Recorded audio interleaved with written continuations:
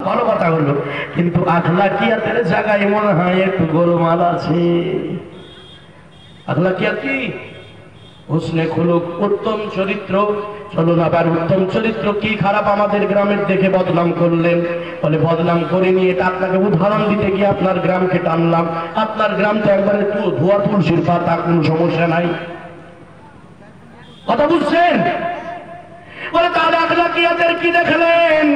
বলে বাজার বসা দেখেছি, জিলাপির মার্কেট দেখেছি। তোমরা দিনের নামে আল্লাহর বান্দাদের দাওয়াত দিয়ে তুমি জিলাপি খাওয়া, আমাকে তো আগে বলোনি। আমি তোমার আলমারিতে জিলাপি খেতে আসতাম না। আমার দেশে জিলাপি ভাজা মেলা লোক আছে। রাগ করবেন এবার আমি জানি, তো রাগ করেন তো আমাকে ডাকেন কেটেছি।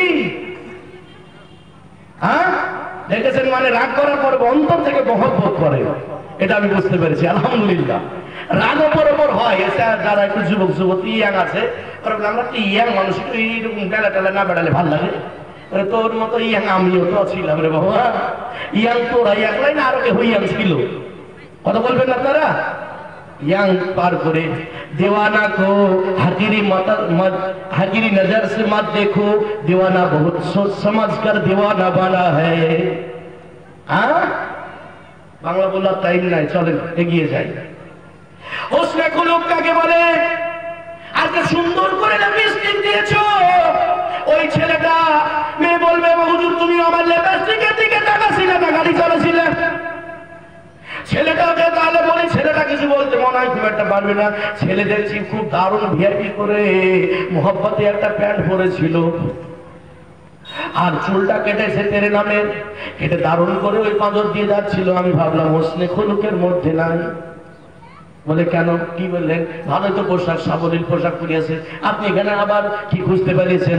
বলে তাহলে তোমাকে একটা ঘটনা শোনাই, শোনো। মক্কা মদিনা মুসাফির যারা এখানে আছেন, কেউ যদি আমাকে সাপোর্ট না করে, এরা অবশ্যই করবেন।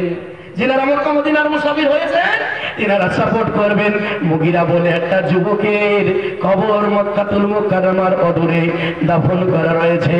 এই মুগিরা যুবক এত সুন্দর ছেলে, বলিষ্ঠ চেহারা, কোথায় তোমার সালমান শাহরুখ তার পায়ের তলায় যাবে না। আল্লাহর ইজ্জতের কসম করে বলছি, আমার যদি ব্যাখ্যা ভুল হয়, আমি শুধু কোরআন হাদিস পড়ছি তা নয়, পৃথিবীটাকে পড়ে পড়ে দেখেছি। আপনি কি কখনো এমিরেট ফ্লাইটে যাত্রা করেছেন? ইন্টারন্যাশনাল ফ্লাইট, দুবাইয়ের ফ্লাইট, এমিরেট নাম বললাম কি, এমিরেট ফ্লাইটে যখন চাপবেন আপনার চোখগুলা ছানা বড়া হয়ে যাবে। ওইখানে এয়ার হোস্টেস মেয়েগুলা যখন লাইটের ঝলকানিতে আপনার বিমান সেবিকারা দাঁড়াবে, আপনি বলবেন আমাদের ঐশ্বর্য রায়, তুমি ঘোড়ার টিম কিসের বিশ্ব সুন্দরী? আসল সুন্দর যদি বলো তো দুবাইয়ের মেয়েগুলাই সুন্দর। কথা বুঝতে পেরেছেন?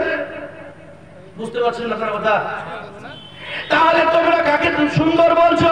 ওরে আমি ওই মানুষটাকে সুন্দর বলছি যাকে পৃথিবী সব থেকে সুন্দর বলেছিল, যার চরিত্র সুন্দর ছিল, বিবাহ হয়নি, যুবক ছেলে, ওইখানে একটা বিশ্ব সুন্দরী মহিলা বাস করত, যার রূপ যৌবনের ঝলসানি অহংকারে ফেটে গিয়ে সমস্ত মানুষকে গুনহার দাওয়াত দিত। বলুন আস্তাগফিরুল্লাহ।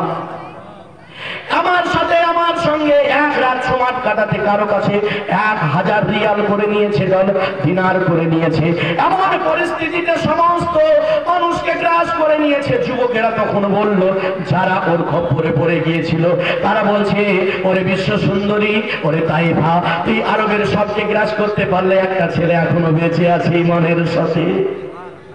মেয়েটি বলল, চ্যালেঞ্জ থাকলো, যদি ওকে আমার খপ্পরে না ফেলতে পারি, আমি আর কোনদিন তাইফায় আরব দাবি করব না, বিশ্ব সুন্দরী দাবি করব না। বলে যাক একবার দেখ, চেষ্টা করে। মক্কার কোন অলিতে, একটা কোন গলিতে দোকানের পসরা ফলের বাজার নিয়ে মুগিরা বসে রয়েছে। মেয়েটা সুন্দর করে মুখটাকে ঢেকে আব্রুর সঙ্গে গিয়ে দাঁড়াচ্ছে, কারণ শুনেছে ছেলেটা ইমানদার। ছেলেটা ईमानदार এই রূপে গিয়ে বলছে, ভাই আমাকে कुछ अनार दीजिए, मुझे कुछ अनार दीजिए, केला दीजिए, सेब दीजिए, ये दीजिए, वो दीजिए करते करते बड़ो कार्टन হয়ে গেছে। তখন বলছে, इसको घर तक पहुंचा दीजिए, मैं औरत हूं, আমি একজন মেয়ে মানুষ, কি করে বাড়ি অবধি নিয়ে যাব? ভাই মুগিরা আমার ফলের ঝুড়িটা বাড়ি অবধি পৌঁছে দিয়েছো। যখন বলল বলে ঠিক আছে বোন, আমি ভুলি তোমার ঝুড়ি মাথায় করে বাড়িতে দিয়ে আসছি, তুমি চিন্তা করো না। মাথাতে ফলের ঝুড়ি নিয়ে ওই তাইফার বাড়ির দিকে চললো। তাইফা মানে কি আপনারা জানেন তো, না বাংলাটা বলতে হবে? বাংলা বলতে চাচ্ছিলেন, আপনারা বুঝে নিয়েছেন?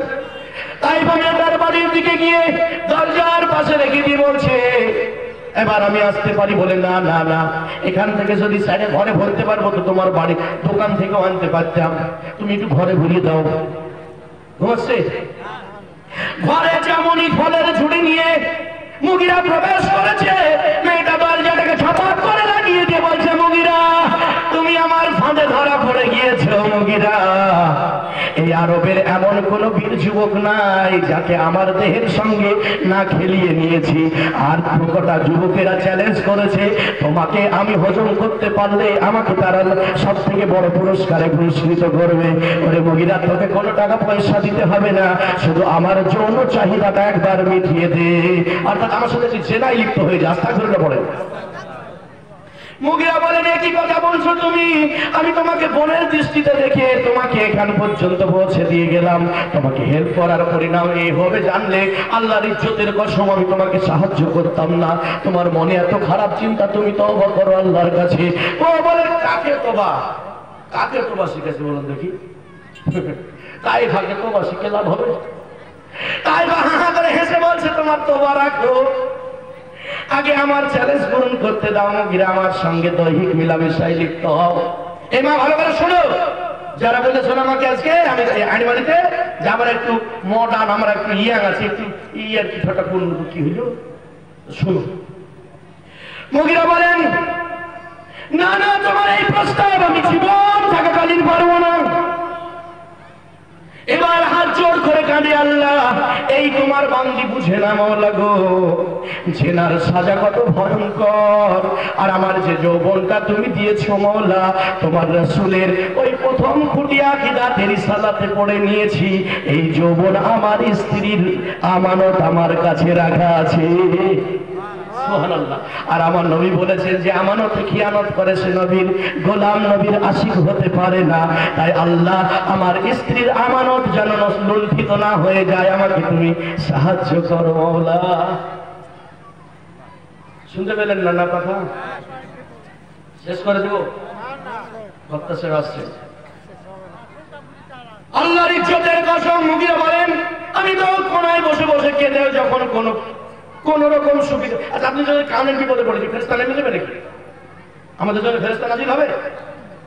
আল্লাহ কেমন করে মাদদ করেন, কেমন করে সাহায্য করেন তিনি ভালো জানেন। সুবহানাল্লাহ। মুগিরা বলছে, মেয়েটা বলছে, তোমার দোয়া কালাম হলো? আসো বুকে এসো। বলে, বুকে যাবো তার আগে আমার মাথাতে একটা বুদ্ধি এসে গেল। বলে, এই শোনো, আমি আত্মরক্ষা পাবো না, আমি বুঝে নিয়েছি, তা কাজ করতে দিবা কি? বলে, কি? আমার প্রসাব পায়খানা পরে বেগ চেপেছে, আমাকে টয়লেটে যেতে দাও। মানে টয়লেটে রাখা অবস্থায় মিলামেশা করাটা ভালো হয় না।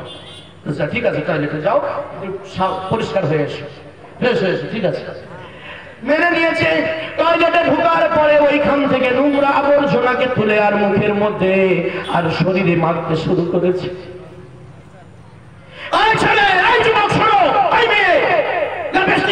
তুমি শোনো, শোনার ভাই কাকে বলে দেখো। মুগিরা বলেন, আল্লাহ এই রূপ যৌবন আর চেহারার পাগল হয়ে তোমার ওই বান্দিটা আমাকে খারাপ কাজে আহ্বান করেছে। আজকে যদি তার আহ্বানের সারা দিই, কাল মহাসারে মুখ দেখাতে পারবো না, কারণ আমার স্ত্রীর আমানত আজকে চিন্তায় হয়ে যাবে। আর নবী বলেছেন যে আমানতে খিয়ানতকারী হয় সে রাসূলের গোলাম হতে পারে না, সে মুহাম্মদ আরবি সাল্লাল্লাহু আলাইহি সাল্লামের গোলাম হতে পারে না। আল্লাহ গো, আমার সব থেকে ভয় হয় তোমার নবীর গোলামি থেকে আমার খাতা থেকে যদি নামটা বাদ পড়ে যায়। ইয়া আল্লাহ, আমাকে মাফ করো, এটা নাজাসাতে গালি যা খারাপ অপবিত্র। আল্লাহ, তারপর আমার আর উপায় নাই, এছাড়া আমি এটা মেখে নিলাম। মেখে নেওয়ার পরে দরজা খুলে যখনই গিয়েছি ঘরের ভিতরে, ওই মেয়েটা বলছে, ছি ছি ছি, আমি জীবনে যাকে সব থেকে বুদ্ধিমান সুন্দর মানুষ মনে করেছিলাম, এত পাগল তা জানি না, যে পায়খানা মাখা লোক তা আমি জানি না। বন্ধ করছে, ঘর থেকে বাহির করে দিয়েছে।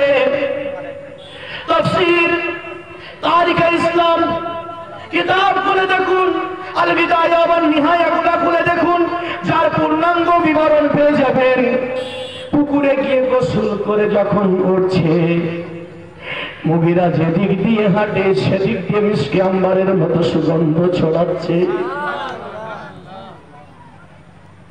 তুমি লিপস্টিক মাখছো পুরুষকে আকৃষ্ট করার জন্য, আর তুমি ভাই পুরুষদের নাম চুল কেটেছো বেগানা নারীকে আকৃষ্ট করার জন্য, আর ইমপ্রেস করবা তুমি, তাই না? আর যাদের ভিতরে ছিল আল্লাহর ভয়, তাদের চরিত্র একবার তোমাকে দেখতেই হবে। কি বললাম? আমি তো উঠে উঠে বলেছি, কার ভালো লাগবে কার মন্দ লাগবে না দেখে আমি কথা বলতে পারি না। তবে যদি মেনে নেন তো ভালো, না মানলে কি হবে? খবর খারাপ আছে।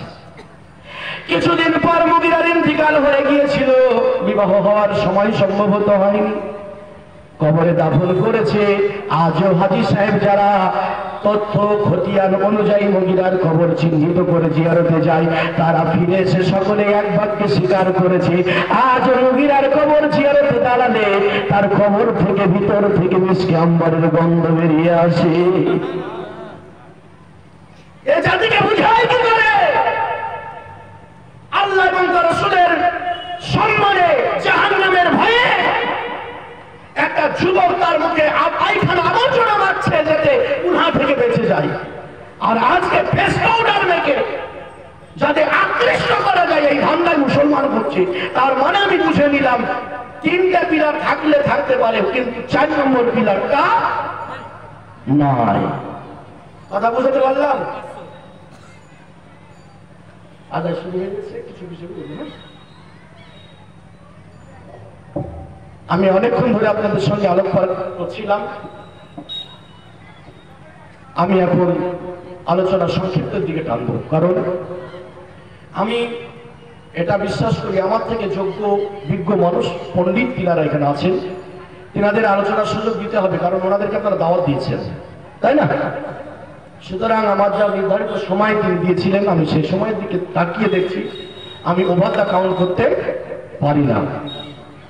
শেষবারে যেতে যেতে একটি কথা আপনাদেরকে বলে যাচ্ছি। আল্লাহর বান্দা, হাত জোর করে অনুরোধ করছি, দুনিয়ায় আমরা থাকবো, কিন্তু দুনিয়াকে আমাদের মধ্যে ঢুকতে দেব না। বলুন ইনশাআল্লাহ, হাত উঁচু করে বলুন, আমরা দুনিয়ার মধ্যে থাকবো, কিন্তু দুনিয়াকে আমাদের মধ্যে ঢুকতে দেব না। বলুন, দেব না।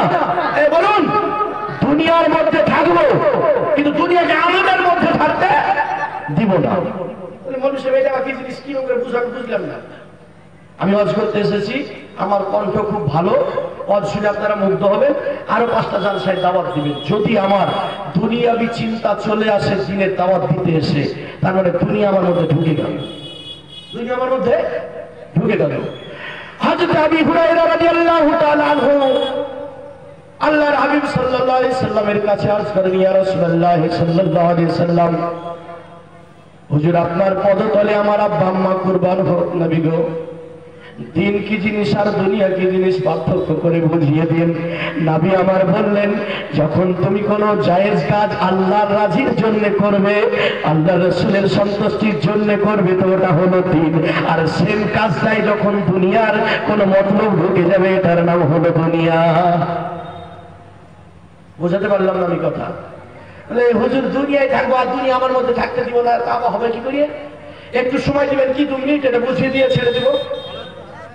আপনারা অনেকে কুসকুস করছেন, আমি দেখতে পাচ্ছি, কারণ আমি কোথাকার কোন গান কোন মাঠে জুড়েছি।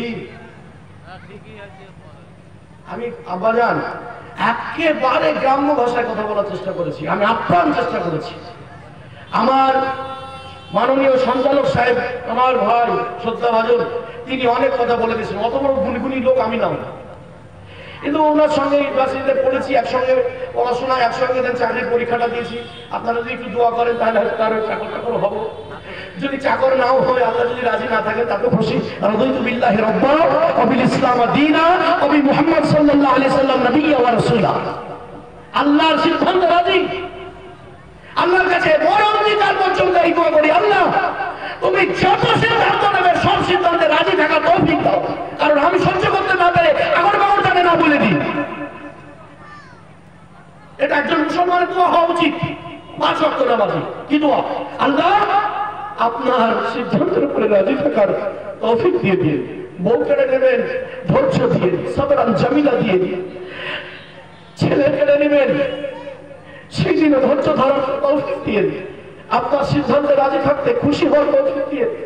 আল্লাহ যেদিন আমাকে অসুখ দিবেন, যন্ত্রণায় কষ্ট পাবো, সেদিন আপনার প্রতি রাজি থাকার তৌফিক দিয়ে। এই দোয়া মুসলমানের করতে হবে। আল্লাহর বড় নিয়ামত আল্লাহ তাকে সহ্য করতে দিয়েছে। মুসলমান আজ রং বিলাসিতায় কিনা করছি, জীবনে যা ইচ্ছা তাই করছি। আল্লাহ পাক সুবহানাহু ওয়া তাআলা কোরআনে পাকের 14 নম্বর পারার মধ্যে উল্লেখ করেন, জান্নাতের বিচার সময় যখন হবে, জান্নাত জাহান্নামের ফয়সালা দিতে বসবো, একদল মানুষকে প্রথমে জান্নাতি ঘোষণা করে দিব।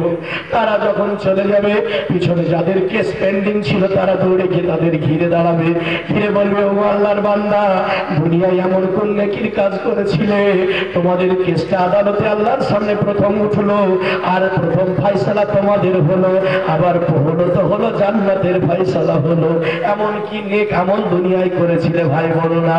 তখন তারা বলবে, তোমাদের সঙ্গে বকার টাইম নাই, আমরা এত খুশি হয়েছি, যত তাড়াতাড়ি জান্নাতে ঢুকে যেতে পারি ততই ভালো। তারপরে ওরা ছোট বান্দার মতো যখন গিরগিরি করে ধরবে, জান্নাতীরা ওদেরকে উদ্দেশ্য করে যে উত্তর দেবে, ওই উত্তর আল্লাহর কাছে এত প্রিয় লেগেছে, আল্লাহ ওই উত্তরখানা কোরআনে পাকের মধ্যে রেখে দিয়েছে। সুবহানাল্লাহ বলতে ইচ্ছা করে না, আমি তো মহা মুশকিলে পড়ে গেলাম। আপনারা সুবহানাল্লাহ বলতে পারেন, নেকিও পেয়ে যান আর আমিও চার্জ হয়ে যাই। বুঝতে পেরেছেন? তার মানে অডিয়েন্স আমার কথা বুঝছে।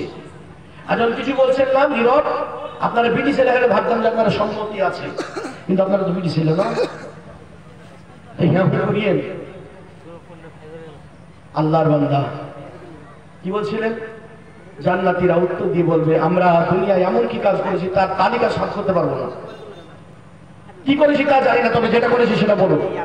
বলছি শোনো, আমরা যেদিন দুনিয়ায় গিয়েছিলাম, যেদিন আকলমান হয়েছিলাম, সেদিন থেকে কবর পর্যন্ত আল্লাহর একটা আয়াতকে ভুলিনি। কোন আয়াত? বলে ওই আয়াতে আল্লাহ বলেছিলেন, সুম্মা ইলাইনা তুরজাউন, তোমাদের আমার কাছে ফিরে আসা লাগবে এবং হিসাব দিতে হবে।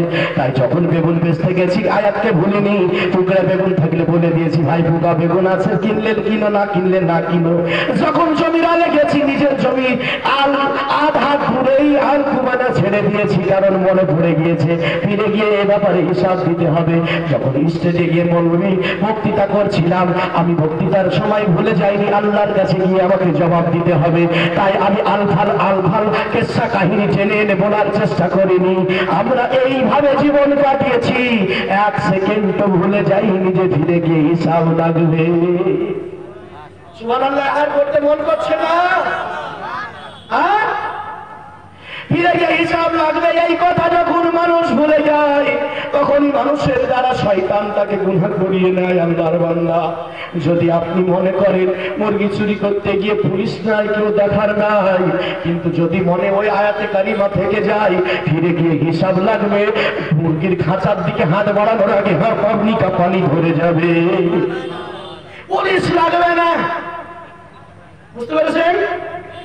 জমির আইন খেলার সময় যদি মনে চলে আসে আল্লাহর কাছে ফিরে গিয়ে হিসাব লাগবে, খোদার বন্যের জমির উপরে চালাতে আপনার ক্ষমতা হবে না। আমি জানি আল্লাহর বান্দার সম্পর্কে আল্লাহ নিজে বলেছেন, ওয়াত্তিনি ওয়াসাইতুনি ওয়াতুরি সিনিন ওয়া হাযাল বালাদিল আমিন লাকাদ খলাকনাল ইনসানা ফি আহসানি তাকবীর। আহসান ইসমে তাফজিল এসেগা, এর থেকে সুন্দর আমি কাউকে তৈরি করিনি। বলুন সুবহানাল্লাহ। তো এত সুন্দর জিনিস এত নোংরা কাজ করে কখন? তো বললো এটাই হলো আসল কথা। ওই মানুষটা যখন ভুলে যায় আল্লাহর কাছে হিসাব দিতে হবে, তখন ও আজে বাজে কাজে জড়িয়ে যায়। ঠিক বললাম না ভুল বললাম?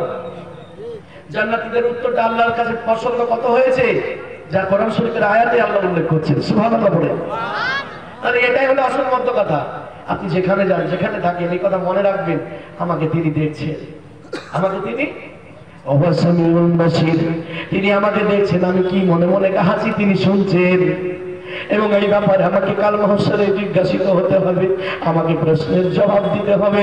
এই কথা যদি সবসময় মনে রাখেন আল্লাহর বান্দা, আমি 100 ভাগ গ্যারান্টি দিতে পারি আপনি কোনোদিন পথভ্রষ্টতার শিকার হবেন না। আজাজিল আপনার বাড়ির আজর পাজর দিয়ে ঘোরাফেরা করবে না। বুঝতে পেরেছেন? আপনার কোন অস্ত্রটা থাকতে হবে, ফিরে গিয়ে হিসাব লাগবে। এইটা সবসময় মাইন্ডসেটে সেট করে দেন, একটু যেন ছুটে না যায়। যখনই ছুটবে তখনই ভুল হবে। আপনি দেখেন আমার এই কথা যদি না মিলে, আমার বাড়ি বেশি দূরে না, আমি যদি মরে যাই আমার কবরের উপর দাঁড়িয়ে দেবে, পেশাব করে দিয়ে আসবেন। ভুল বলেছিলেন আপনি, আল্লাহর ইজ্জতের কসম এক ইঞ্চি ভুল হবে না। আপনি চিন্তা করেন, দেখবেন একটা অন্যায় হয়ে গেছে, তার মানে আপনি চিন্তা করবেন, কি রিভিউজ করবেন, বছর পেছনে ফিরে দেখবেন এই কাছে কি করে আমি করব, আমি নামাজি মানুষ, স্বাধীন মানুষ। দেখবেন যে আপনি ভুলে গিয়েছিলেন যে আল্লাহর কাছে ফিরে গিয়ে হিসাব লাগবে। তখন দেখবেন ওই অন্যায়টা করার পর আপনার ভিতরে আফসোস জন্মাবে। আর যখনই আফসোস জন্মাবে তখন আপনাকে আল্লাহ তওবা করার সুযোগ দিয়ে দিবেন। আর তওবা যখন তওবার সুযোগ দিয়ে দিয়েছেন, তার মানে আল্লাহ চাইছেন আপনাকে তিনি ক্ষমা করবেন। আমার রাসূল বলছেন, হাকিকাত হলো আল্লাহ যাকে ক্ষমা করতে চান তাকেই তওবা করার সুযোগ দেন। সুবহানাল্লাহ বলেন। খুব গভীরে কথা বলে দিয়েছি ভাই, এই কথা সবটাই বলতে হয় না, তা বলে দিলাম। আল্লাহ যাকে চান যে ক্ষমা করবো, ওই লোকটা তওবা করার লোক নসিব হয়ে যায়। ঠিক আছে? আল্লাহর বান্দা, অনুরোধ করছি একটা কথা বোঝার জন্য। কি শিখালাম আজকের এই জালসা? এতক্ষণ বক বক করে আমি কি বুঝালাম? দিনটাকে বোঝানোর, দিনের কনসেপ্টটা কি যেটা দেওয়ার চেষ্টা করেছি। আমি এই দাবি ভুল করছি না ঠিক? হাত উঁচু করে বলতে হবে, যাবো। ইসলামের কনসেপ্ট দিতে পেরেছি 4টা কনসেপ্ট। শুধু নামাজ রোজা হজ জাকাতটাকে দিন মনে করে থেকে গেলে হবে না, দিনের আরো স্ট্রাকচার গুলাকে মেইনটেনেন্স করতে হবে। ঠিক আছে? রাজি আছেন? তার মধ্যে উত্তম যেটা সেটা হলো হুসনে খুলুক, উত্তম চরিত্র। তারপরে কি বললাম শেষে? হাই ভোল্টেজ ইনজেকশন, এরপর আর কোনো ওষুধ নাই। হাই সেটা কি? সুম্মা ইলাইনা তুরজাউন, ফিরে গিয়ে হিসাব লাগবে। এই কথাটা সব সময় যত বেশি মনে রাখবেন তত বেশি আপনি গুনাহ থেকে মুক্ত থাকবেন। বলুন আলহামদুলিল্লাহ। আমি এটা বুঝাতে পারলাম। এই কথা যদি ভুল প্রমাণিত হয় তার সাজাও আমি ঘোষণা করে দিয়েছি, যদিও এটা উচিত ছিল না, তাও বলে দিয়েছি। আস্তাগফিরুল্লাহ। কি করব? কি করব? একজন মানুষ আল্লাহ রাসূলকে নিরক্ষর প্রমাণ করার জন্য 5 লক্ষ টাকা চ্যালেঞ্জ করে। আমি সেই পৃথিবীতে বাস করতে আমার লজ্জা করে।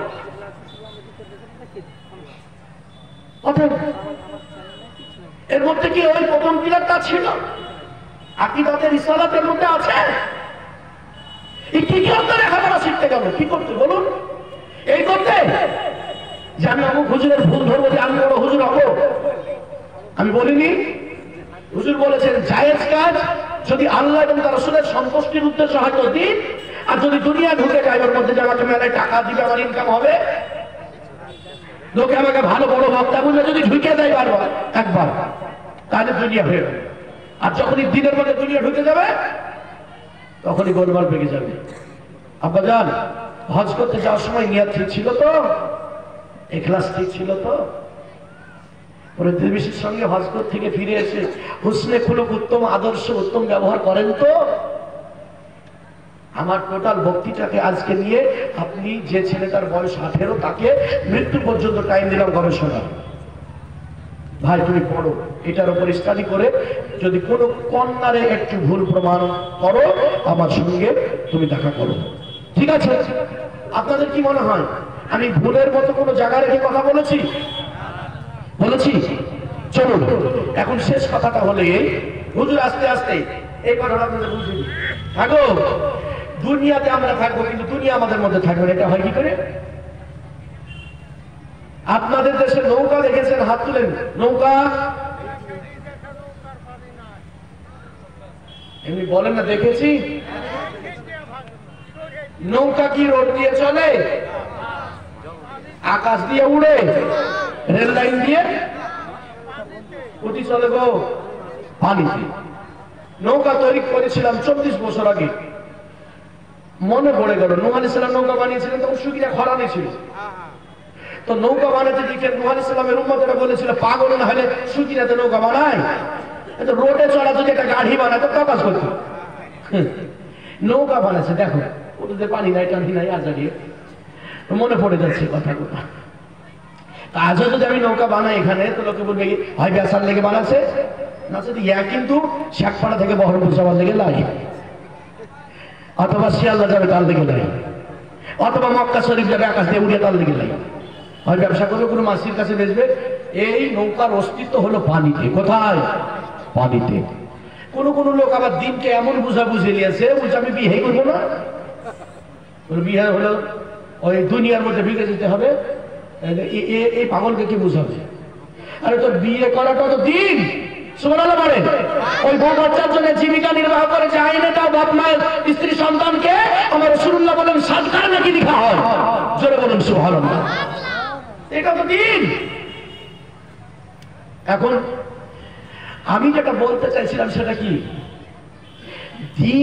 দুনিয়ার মধ্যে আমরা থাকবো, আমাদের মধ্যে দুনিয়া থাকবে না। এটা বোঝানোর জন্য আপনাদেরকে উদাহরণটা দিচ্ছি।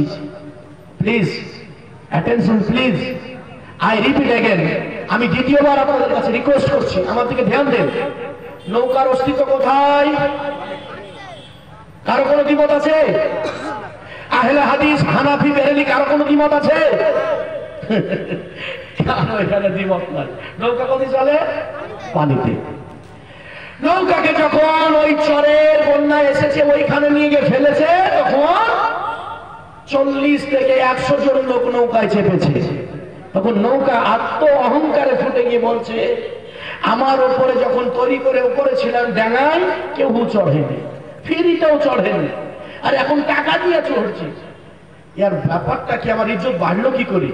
তাকিয়ে দেখছে যে পানিতে ভাসছি, তাহলে গিয়ে এই মানুষেরা পানিতে নামিয়ে ডুবে মরবে, তাই আমাকে ব্যবহার করে আমার উপরে চড়িয়েছে। আমার কথার দিকে খেয়াল করছেন? কিসে চাপলো মানুষ? নৌকাতে। কোথায়? যেখানে পানি, চর হতে পারে, নদী পার হতে পারে, ঠিক আছে, সেখানে পানি পার হতে হবে, মানুষ নৌকা ইউজ করবে। ওখানে ট্রেন চলবে না, চলবে? এখন পানিকে বলছে নৌকা, ও ভাই বন্ধু পানি, তুমি ছাড়া আমি ছিলাম খালি, আমি তৈরি হয়েছি অনেক বছর আগে, কিন্তু কেউ ফিরিতেও চড়েনি। আজকে আমার যৌবন, আমার জীবন সার্থক হলো পানি তোমাকে পেয়ে। তুমি আমার পরম বন্ধু, তুমি না হলে এরা আমার মূল্য বুঝতো না, বন্যা না এলে আমার উপরে কেউ টাকা দিয়ে চড়তো না। নৌকা যে কথা বলছে ভুল বলছে না ঠিক বলছে? 100% ঠিক তো? ঠিক। ও আল্লাহর বান্দা, মাশাআল্লাহ, জাযাকাল্লাহ। আপনারা কি খান? নৌকা পানির দিকে তাকায় আর বলে, পানি তোমার থেকে আপন আমার কেউ নেই, কারণ আমি তৈরি অনেক আগে হয়েছিলাম, কিন্তু আমার কোনো ভ্যালুয়েশন ছিল না। যেই তুমি এসেছো আমার ভ্যালুয়েশন বেড়ে গেছে। ঠিক বলছে না ভুল বলছে? এতক্ষণ সব ঠিকই করলেন, এবার কিন্তু বাবাই বললেন ভুল করলো নৌকা। নৌকা বলছে, এতই যখন তুমি আমার মান ইজ্জতের জন্য দায়ী, আমার বলল যখন তুমি বাড়িয়ে দিয়েছো ওরে পানি, তুমি কেন বাহিরে বাহিরে থাকো, জানলা খুলে দিয়েছি যে ভিতরে ঢুকো, আমার ভিতরে আসো, তোমার সাথে আমার মহব্বত করিয়ে দিই। যদি নৌকা দরজা জানলা কিছু খুলিয়ে দিয়ে ভিতরে পানিকে বলে, ও আমার পরম বন্ধু একটু আসো, গুলাগুলি করি, তাহলে যাত্রীগুলার দশা কি হবে? কথা বলে এখানে এরা। আমি আরমানিতে আসতে চাইবো না, আমি ওই হাফেজ সাহেবকে বলে দেবো যে আরমানিতে দাওয়াত দিব না, এরা আমার কথা পছন্দ করে না। এ ভাই, নৌকার পিরিত এতক্ষণ ভালো ছিল, সত্য কথা বলছিল, পানি রে তুই ছাড়া আমাকে কেউ মূল্য দেয়নি, তুই যেমনি বন্যায় এসেছিস, পানি এসেছিস, আমার মর্যাদা বেড়েছে। তো ওরে পানি, তুই আমার যখন আমার অস্তিত্বের জন্য তুই, আমার জীবন মরণ তুই, তো আইনা একটু তোর সাথে কোলাকুলি করি, শুধু বাহির ছলাৎ করছিস, একটু ভিতরে ঢুকে আয়, যদি একটু মহব্বতটা বাড়িয়ে ভিতরে ঢুকিয়ে লাই, তাহলে নৌকা কোথায় যাবে? বুঝাতে পারছি? তাই আমার রাসূল বলছেন, দুনিয়াতে তুমি থাকবা, কিন্তু দুনিয়াকে তোমার ভিতরে দেখো না, না তো ওই নৌকা ডুবা করে ডুবিয়ে জাহান্নামে পাঠাবে। বুঝাতে পারলাম না কথা আমার? আল্লাহর বান্দা, এতক্ষণ ধরে যে আলোচনা আপনাদের সামনে করছিলাম, আপনারা চা পান করতে বসেছেন যখন, তা একবার আমার রাসূল পাক সাল্লাল্লাহু আলাইহি ওয়াসাল্লাম আমার এনার্জির জন্য একবার দরুদ কারীম দরুদ শরীফ পাঠ করি। আল্লাহুম্মা সাল্লি আলা সাইয়্যিদিনা